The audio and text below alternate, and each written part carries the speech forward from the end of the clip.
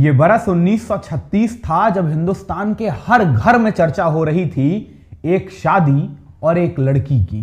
शादी ऐसी जो बीते हजारों सालों से न किसी ने सुनी, न किसी ने देखी, न कोई कल्पना कर सकता था और न आज कल्पना कर सकता है। मगर इससे भी ज्यादा चर्चा थी उस लड़की की जिसने हिंदुस्तान भर की मर्यादाओं को तार तार कर दिया था। यहां तलक कि राष्ट्रपिता महात्मा गांधी तलक को न बख्शा था। हिंदुस्तान के हर घर में इस लड़की को कोसा जा रहा था। ये बरस 1908 में हरियाणा के अंबाला में कार्यरत जिला चिकित्सक डॉक्टर सुरेंद्र नाथ मजुमदार की बेटी सुचेता मजुमदार थी। सुचिता जब महज 11 बरस की थी तब सुचिता की जिंदगी में पहली दफा कुछ ऐसा घटा था जिसने सुचिता को एक आम से बेहद खास बना दिया था।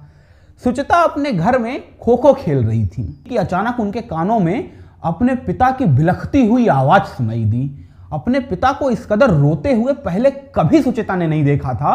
तो सुचिता बरबस भागते हुए कमरे में गई तो देखा कि उनके पिता अपने दोस्त के साथ किसी हत्याकांड के बारे में बात कर रहे थे। तब सुचिता छोटी थी, 11 बरस की थी, कुछ समझ नहीं आ रहा था। मगर आहिस्ता आहिस्ता अपने पिता की आवाज को सुनते हुए उन्हें सब कुछ स्पष्ट समझ आ गया कि कैसे जलियांवाला बाग मैदान के भीतर हजारों भारतीयों पर अंधाधुंध गोलीबारी कर ब्रिटिश सरकार ने अपनी निर्ममता का परिचय दिया है। 11 बरस की सुचिता के मानस में मानो बिजली कौंध गई। मगर सुचिता को मिले इसी हौसले ने आने वाले वक्त में सुचिता और उनके पिता दोनों की मुश्किलें बढ़ा दी थी। क्योंकि आए दिन सुचिता के कारनामों की बदौलत पिताजी को विद्यालय तलब किया जाता रहता था। कई दफा तो सुचिता को विद्यालय से निलंबन तक झेलना पड़ा था, सिर्फ इसी वजह से कि सुचिता आए दिन कभी प्रिंस ऑफ वेल्स की अगवानी करने से मना कर देती थी, तो कभी ब्रिटेन के राजकुमार की अगवानी में फूल फेंकने से इनकार कर देती थी। इंटरमीडिएट की परीक्षा उत्तीर्ण करते करते तो सुचिता इस कदर बागी हो चुकी थी कि आए दिन क्रांतिकारियों के समर्थन में लेख लिखने लगी थी।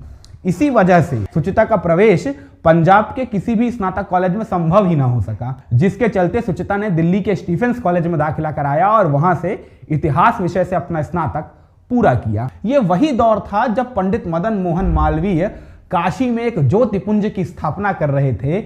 बनारस हिंदू विश्वविद्यालय ताजा ताजा स्थापित हुआ था और पंडित जी को आवश्यकता थी समर्पित अध्यापकों की। तो सुचिता ने बनारस हिंदू विश्वविद्यालय में संवैधानिक इतिहास के प्रोफेसर पद के लिए अपना निवेदन संस्तुत कर दिया। साक्षात्कार के दौरान जब सुचिता की पृष्ठभूमि का ज्ञान पंडित जी को हुआ तो पंडित जी की खुशी का ठिकाना नहीं रहा और तत्काल काशी हिंदू विश्वविद्यालय के भीतर संवैधानिक इतिहास के प्रोफेसर के पद पे सुचिता की नियुक्ति हो गई। सुचिता को शायद इल्हाम भी नहीं था ये काशी की धरती है जिसके स्पर्श मात्र से गंगा भी उत्तरवाहिनी हो जाती है। तो इस धरती पर पांव पड़ते ही मानो सुचिता की जिंदगी ने भी नया विसर्प ले लिया था। सुचिता एक सामान्य से रोज काशी हिंदू विश्वविद्यालय की अपनी नियमित कक्षाएं लेने के बाद कुछ पुरानी कॉपियों पर दस्तखत कर रही थी कि अचानक काशी हिंदू विश्वविद्यालय के लंका गेट के पास कुछ शोर सा मालूम हुआ। मालूम चला कांग्रेस के वरिष्ठ नेता आचार्य जीवतराम भागीराम कृपलानी यानी जेबी कृपलानी काशी हिंदू विश्वविद्यालय के छात्रों को कांग्रेस के भीतर सदस्यता दिलवाने के लिए वहां पर पहुंचे हुए हैं। और उसी रोज काशी हिंदू विश्वविद्यालय के छात्रों को कांग्रेस की सदस्यता ग्रहण करवाने के लिए पहुंचे आचार्य जेबी कृपलानी बनारस हिंदू विश्वविद्यालय की संवैधानिक इतिहास की प्रोफेसर सुचिता कृपलानी को भी कांग्रेस का पद संस्तुत कर आई। सुचिता विदुषी थी, वाक क्षमता में प्रवीण थी, तो कांग्रेस के अधिवेशनों में भाषण देने के लिए बहुत जल्द सुचिता एक जाना पहचाना नाम बनने लगी। एक ऐसा ही रोज था जब कांग्रेस के कुछ वरिष्ठ नेताओं के साथ बात करते हुए किसी ने सुचिता को यह सलाह दी कि आप वर्धा स्थित आचार्य विनोबा भावे के महिला आश्रम में क्यों नहीं चली जाती। आचार्य विनोबा भावे की ख्याति तब संपूर्ण राष्ट्र में थी। पूरा देश, खुद बापू उन्हें सम्मान से नमन किया करते थे। तो सुचिता ने सोचा क्यों ना जाया जाए। सुचिता वर्धा पहुंची। जब वर्धा में आचार्य विनोबा भावे के आश्रम में दाखिल हुई तो मालूम चला विनोबा जी 2 दिनों के उपवास पे हैं। सुचिता को समझ में नहीं आया, कोई ऐसी तिथि तो है नहीं जिस तिथि पर उपवास रखा जाए, तो विनोबा जी उपवास पर क्यों हैं। पूछने पर मालूम चला कि आश्रम के भीतर एक युवक और युवती के बीच प्रेम प्रसंग हो गया था, जिससे खिन्न विनोबा भावे इसे आश्रम की शुद्धता में बाधा समझ रहे थे और उन्होंने इस प्रेम प्रसंग को आश्रम की अशुद्धता का पर्याय मान लिया और इस अशुद्ध आश्रम की दोबारा शुद्धि के लिए 2 दिनों के उपवास में हैं।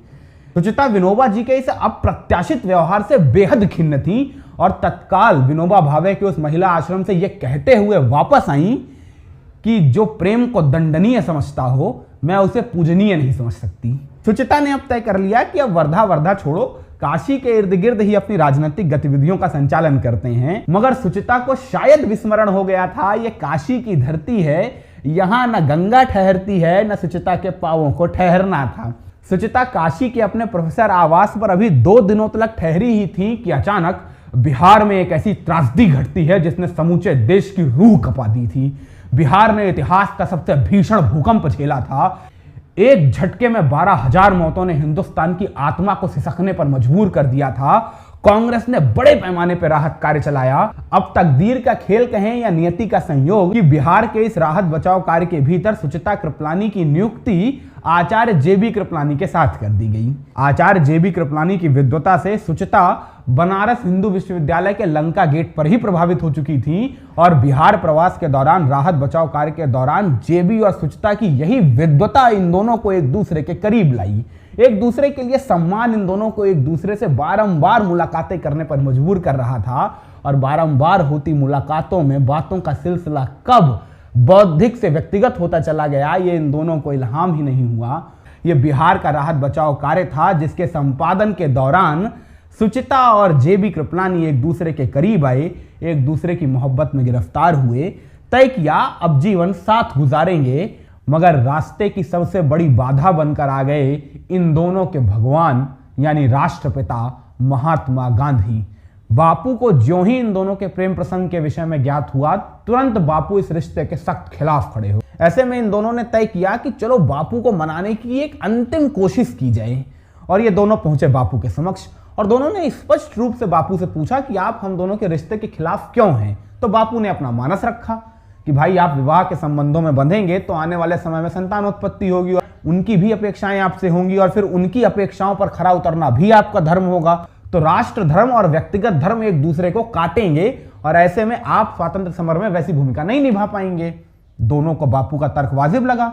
दोनों ने तत्काल बापू के समक्ष एक ऐसी प्रतिज्ञा ठान ली कि एक दूसरे के साथ परिणय सूत्र में बंधने से पहले ऐसी प्रतिज्ञा तो हिंदुस्तान के ज्ञात इतिहास में आज तक किसी ने नहीं की थी। दोनों ने तत्काल बापू के समक्ष प्रतिज्ञा की कि बापू हम एक दूसरे के साथ शादी अवश्य करेंगे, मगर हम दोनों आज से अभी से आजीवन ब्रह्मचर्य का व्रत धारण करते हैं। ब्रह्मचर्य की बात सुन के बापू के पैरों के नीचे से खुद जमीन खिसक गई। मगर बापू को लगा कि अगर इतना समर्पण है, इतना निस्वार्थ प्रेम है तो बापू कर ही क्या सकते थे। आखिर में थक हार कर बापू ने भी इस विवाह को स्वीकृति दे ही दी और फिर बरस 1936 में आचार्य जेबी कृपलानी और सुचिता मजुमदार देश भर की दुआओं के साथ परिणय सूत्र में बंधते हैं। इस सफर का अगला पड़ाव आता है बरस 1942। कैलेंडर का 8वां पन्ना खुलता है और 9वें कदम पर लाल रंग का निशान नजर आता है।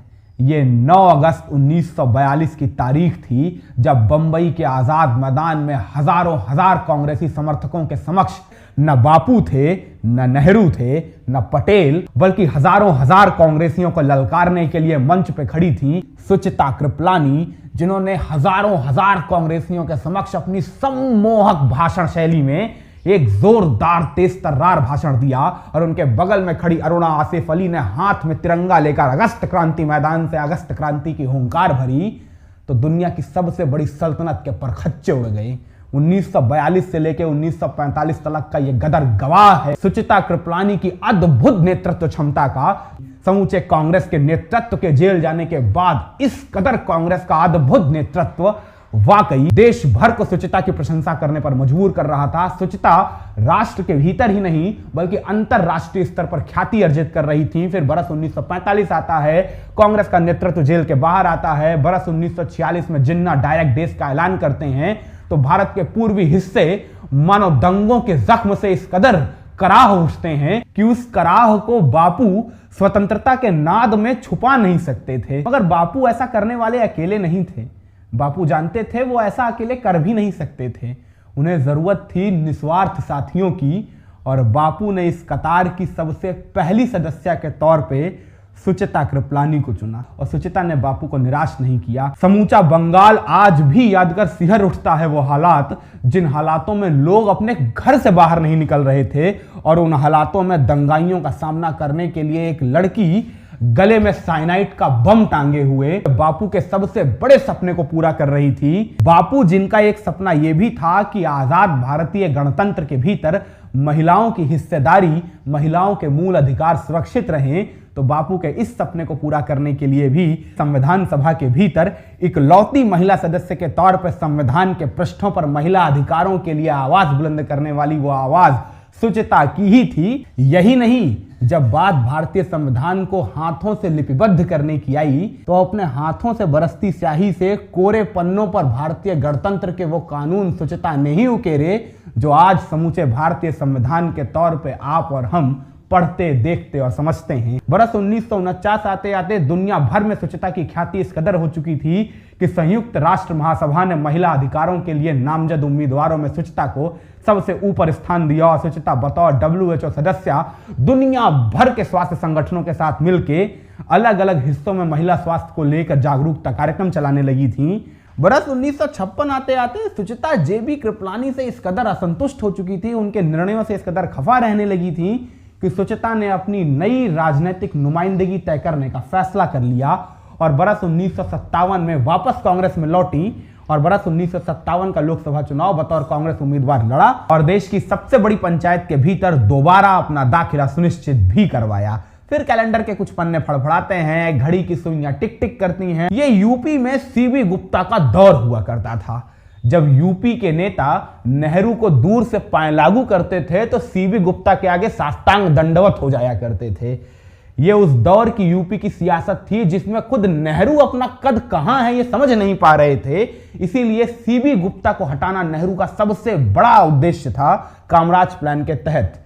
खैर, जब कामराज प्लान के तहत पहले खुद कामराज ने इस्तीफा दिया और फिर इसके बाद तमाम सूबों के मुख्यमंत्री इस्तीफा दे रहे थे तो CB गुप्ता को इस्तीफा तो देना था, मगर CB कामराज के इस प्लान के पीछे नेहरू की मंशा स्पष्ट रूप से देख रहे थे, इसीलिए CB तय कर चुके थे कि वो मुख्यमंत्री के पद से इस्तीफा तो जरूर देंगे मगर मुख्यमंत्री दोबारा उन्हीं का बैठेगा। कि तभी CB को एक सूचना मिलती है कि पूर्व स्वतंत्रता संग्राम सेनानी और वरिष्ठ राजनेता आचार्य JB कृपलानी को हृदयाघात हुआ है। CB तत्काल JB की सेहत का हाल जानने के लिए दिल्ली स्थित एम्स पहुंचते हैं जहां JB के बगल में उनकी पत्नी सुचिता कृपलानी बैठी रहती हैं। JB ने बरबस CB से पूछ लिया, CB क्या बात है, क्यों परेशान हो? तब CB ने JB को नेहरू का विरोधी जान अपना मानस स्पष्ट रूप से समझाया। समझाने के बाद JB से बोले, अब आप ही बताइए किसे बना दे मुख्यमंत्री, कहां से ढूंढ कर लाएं ऐसा उम्मीदवार जिसे खुद नेहरू और इंदिरा मना न कर सकें। आचार्य JB कृपलानी ने अपनी दाहिनी आंख सुचिता की ओर की और CB से बोले, इसे बना दो, कोई नहीं रोक पाएगा। CB ने सुचिता की ओर देखा और मानो CB की आंखों में चमक आ गई। CB तत्काल JB कृपलानी से मिलने के बाद दिल्ली स्थित कांग्रेस के मुख्यालय पहुंचते हैं और वहां सुचिता कृपलानी के नाम का प्रस्ताव देते हैं। अब प्रस्ताव ऐसा था कि नेहरू और इंदिरा ना काट सकते थे, न संस्कृति प्रदान कर सकते थे, मगर सुचिता कृपलानी जैसे नाम को नकार कर राष्ट्र निंदा के भागीदार भी नहीं बनना चाहते थे। तो अंततोगत्वा बरस 1963 में भारत को पहली महिला मुख्यमंत्री नसीब हुई और वो भी सबसे बड़े सूबे की कमान संभालते हुए। फिर बरस 1973 आते आते सुचिता देश के बदलते सियासी तंत्र से खिन्न होकर सियासत से संन्यास का मन बना चुकी थी। वो अपने सामने देश के जनतंत्र को धन तंत्र में तब्दील होता देख रही थी और इस बदलते सियासी तंत्र में वो अपने आप को फिट नहीं महसूस कर रही थी। इसीलिए बरस 1973 में सुचिता ने राजनीति से संन्यास की घोषणा कर दी। मगर सियासत और सुचिता का ताना बाना तो मानो सांसों से जुड़ा हुआ था। जब तक सांस चलेगी तब तक सुचिता सियासत ही करेंगी, या इसके एक मायने ये भी हैं कि जब तक सुचिता सियासत करेंगी तब तक सुचिता की सांसें चलेंगी। क्योंकि बरस 1973 में सुचिता ने राजनीति से संन्यास की घोषणा की और उसी बरस अचानक सुचिता को हृदयाघात हुआ और महज चंद पल पहले मुस्कुराती हुई, खिलखिलाती हुई सुचिता हम सब को छोड़कर हमेशा हमेशा के लिए दूर हो गई। ये 1973 की वही काली रात है जिस रात के बाद हिंदुस्तान की सियासत आज तलक सुचिता को तलाश रही है, मगर सुचिता है कि सियासत को नजर ही नहीं आ रही है। समझ ही नहीं आ रहा है नजर सुचिता को लगी थी या इस मुल्क की सियासत को। इन दो वाक्यों पर गौर जरूर करिएगा। इसी के साथ लेता हूं विदा। फिर मिलेंगे किसी नई कहानी के साथ, किसी नई दास्तान के साथ। तब तक खुश रहिए, मुस्कुराते रहिए।